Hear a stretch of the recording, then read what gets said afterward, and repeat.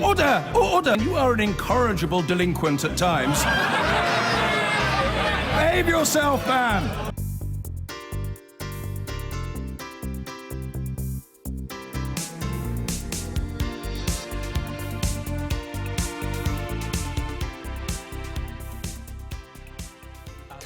Now, the UK's decision to leave the European Union is already having an impact on the farming industry, with fewer Eastern Europeans coming to pick fruit and vegetables in the UK this summer.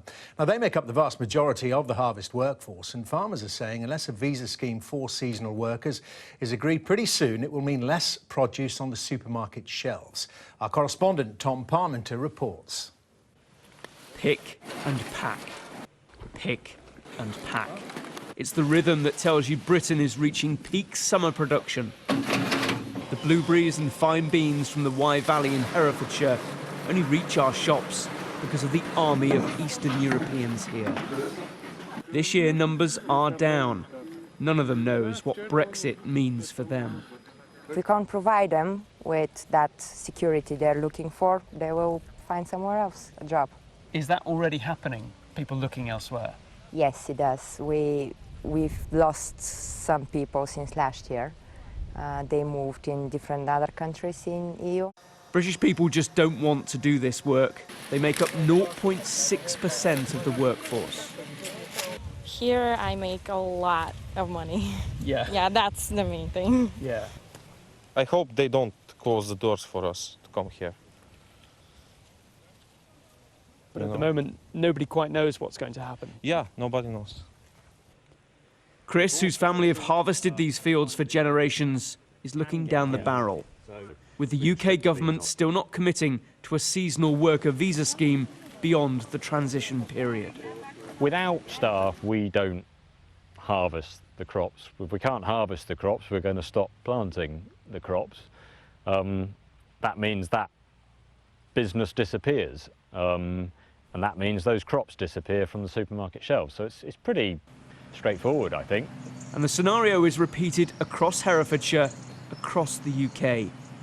British growers are ready to embrace the opportunity of leaving the EU and still producing the very best.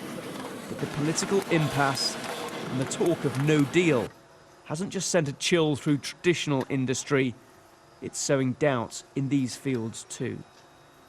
Tom Parmenter, Sky News, Herefordshire.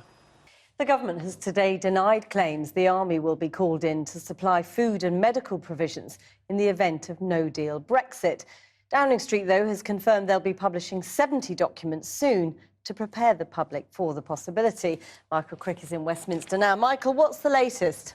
Well, Jackie, of course, Downing Street say they're not expecting no deal, they're expecting to get a good deal. But they confirmed today that around 70 documents giving advice to people, mainly businesses, in what to do in the eventuality of a no deal will be published towards the end of next month, August, and in early September. Now, there's been quite a tussle in government over the publication of these documents. The former Brexit Secretary, David Davis, he wanted to publish them way back in March, when apparently all the decisions on the advice had already been taken.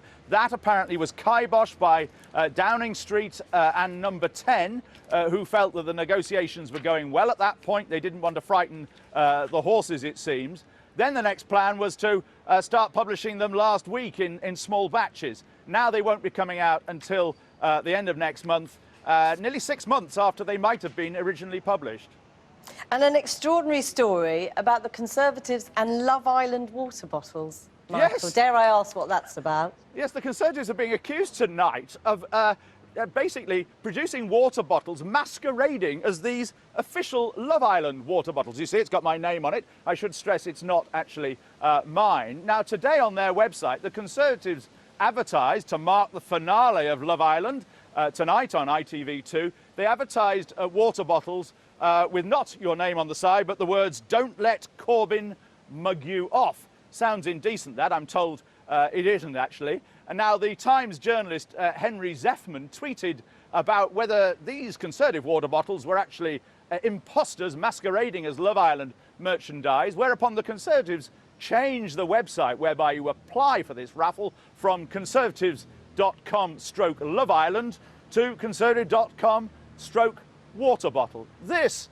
after only a few days ago, the former Chancellor George Osborne was warning his party that they might be politically screwed if they didn't reconnect with modern Britain.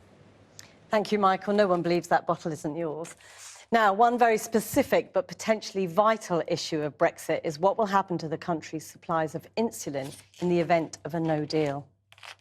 There are just over 1 million people in the UK with diabetes who rely on insulin to treat themselves. The head of the medicines regulator, Sir Michael Rawlins, raised a red flag about the drug last week, saying, "We make no insulin in the UK. We import every drop of it.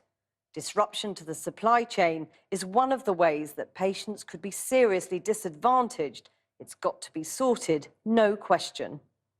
Some critics have picked Sir Michael up on the words, "we import every drop of it." This isn't quite true. We found one UK company making insulin derived from animals, but only for around 2,000 patients. Insulin from human cells is supplied by 3 companies, but none of them manufacture the drug in the UK. So, more than 99% of insulin used in this country is being imported.